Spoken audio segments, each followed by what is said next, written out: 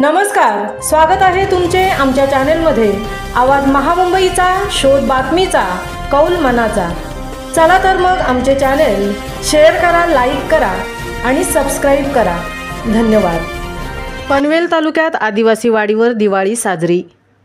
उपविभागीय अधिकारी पनवेल पवन चांडक यांच्या हस्ते नवीन कपडे, दिवाळी फराळ, जातीचे दाखले यांचे वाटप।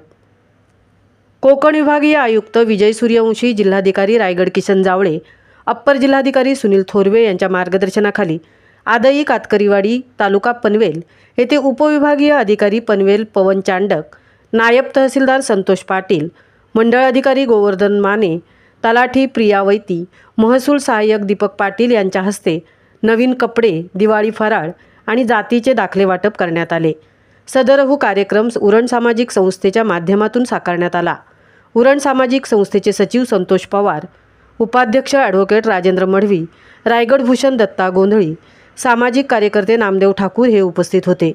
आदिवासी बांधवांची दिवाळी चांगल्या प्रकारे साजरी होण्यासाठी उपविभागीय अधिकारी पवन चांडक यांनी स्वतःहून सर्व लहान मुलांना नवीन कपडे, सर्व कुटुंबांना दिवाळीचा फराळ यांचे वाटप केले। उरण सामाजिक संस्थेच्या माध्यमातून जातीचे दाखले तयार करण्यामध्ये तलाठी प्रिया वैती, तत्कालीन तलाठी शीतल सरगर, मंडळ अधिकारी गोवर्धन माने, आदिवासी विकास प्रकल्प अधीक्षक पनवेल, तहसीलदार पनवेल मिनल भामरे यांनी मोलाचे सहकार्य केले। या कार्यक्रमामुळे सर्व आदिवासी लोकांच्या चेहऱ्यावर आनंद दिसत होता।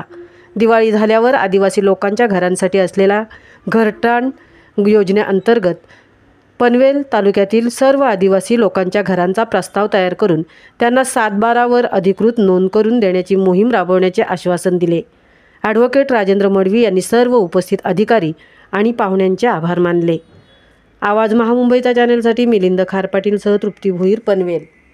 गेलेले असतात, परंतु आम्ही विचार केला की आजची जी दिवाळी आहे, आजचा जो सण आहे, आज आपण या आदिवासी बांधवांबरोबर, आदिवासी मुलांबरोबर आपण घालवावा।